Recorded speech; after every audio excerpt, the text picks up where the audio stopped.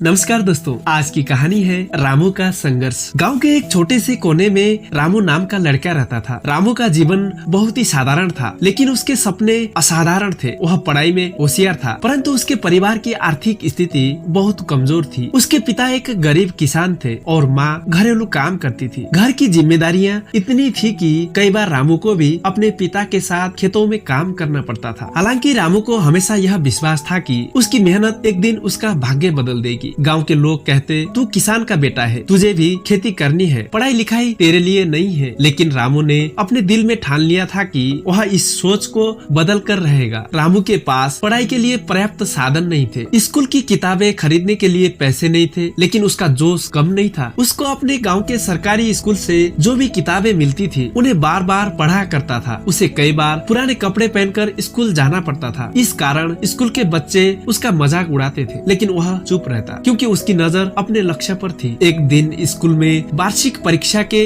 नतीजे घोषित हुए। रामू ने गांव के सभी बच्चों में से सबसे अच्छे नंबर हासिल किए। उसके शिक्षक भी उसकी मेहनत और लगन से प्रभावित। उन्होंने रामू को सलाह दी कि वह आगे की पढ़ाई शहर में जाकर करे, क्योंकि गांव में ज्यादा सुविधा नहीं थी। लेकिन शहर में पढ़ाई के लिए पैसे कहाँ से आते, वह सवाल रामू के दिमाग में घूमता रहता। रामू के परिवार की आर्थिक स्थिति दिन ब दिन खराब होती जा रही थी। खेती में नुकसान हो गया था और पिता के पास रामू की पढ़ाई के लिए पैसे नहीं थे। रामू ने तब एक बड़ा फैसला लिया। उसने शहर जाकर काम करने का सोचा, ताकि वह अपनी पढ़ाई का खर्चा उठा सके। शहर जाने के बाद रामू ने कई छोटे मोटे काम किए। कभी होटलों में बर्तन धोए, कभी दुकानों पर सामान बेचा। जितना भी पैसा मिलता वह उसे अपनी पढ़ाई पर खर्चा करता। कई बार उसे भूखे पेट रहना पड़ता, लेकिन उसने हार नहीं मानी। दिन में काम करता और रात में पढ़ाई। धीरे धीरे उसने खुद को शहर के सबसे अच्छे कॉलेज में दाखिल कर लिया। शहर की तेज रफ्तार जिंदगी और बड़े कॉलेज में पढ़ाई रामू के लिए नई चुनौती थी। जहां गांव में उसे हमेशा सबसे अच्छा छात्र माना जाता था, वहीं शहर में उसे खुद को साबित करना था। वहां के बच्चे आर्थिक रूप से मजबूत थे, उनके पास हर तरह की सुविधाएं थी। रामू को कई बार लगता कि वह इन बच्चों के साथ कदम नहीं मिला पाएगा। कई बार उसके मन में आत्मसंदेह पैदा हुआ, क्या वह सही कर रहा है, क्या उसके सपने पूरे होंगे। एक दिन जब उसकी परीक्षा चल रही थी, उसने महसूस किया कि उसके पास किताबों और नोट्स नहीं थे जो दूसरे बच्चों के पास थे। वह बुरी तरह से निराश हो गया। उसने सोचा कि शायद अब उसे हार मान लेना चाहिए और गांव लौट जाना चाहिए। लेकिन तभी उसे अपने पिता की बातें याद आई। मेहनत से बड़ा कोई दोस्त नहीं होता और हार से बड़ा कोई दुश्मन नहीं। रामू ने खुद को संभाला और पूरी ताकत से पढ़ाई में जुट गया। रामू ने अपनी सारी परेशानियों के बावजूद परीक्षा पास कर ली। कॉलेज के अंतिम वर्ष में उसने एक बड़ा फैसला लिया। वह अब सरकारी सेवा में जाएगा। उसके मन में हमेशा से अपने गांव और देश के लिए कुछ करने की भावना थी। सरकारी नौकरी की परीक्षा के लिए तैयारी करना आसान नहीं था। देश भर से लाखों लोग इस परीक्षा में बैठते थे, लेकिन रामू ने कड़ी मेहनत की। दिन रात एक करके उसने किताबें पढ़ी, प्रश्न हल किए और अंततः वह दिन भी आ गया जब परीक्षा के नतीजे घोषित होने वाले थे। रामू ने परीक्षा में टॉप किया। वह अब सरकारी अधिकारी बन चुका था। उसके माता पिता की आंखों में खुशी के आंसू थे। गाँव में जिसने कभी रामू को ताना मारा था, वही लोग अब उसकी तारीफ कर रहे थे। रामू की यह कहानी हमें सिखाती है कि जीवन में चाहे कितनी भी कठिनाइयां क्यों ना आए, अगर हमारा लक्ष्य स्पष्ट हो और हम पूरी मेहनत और लगन से काम करें तो सफलता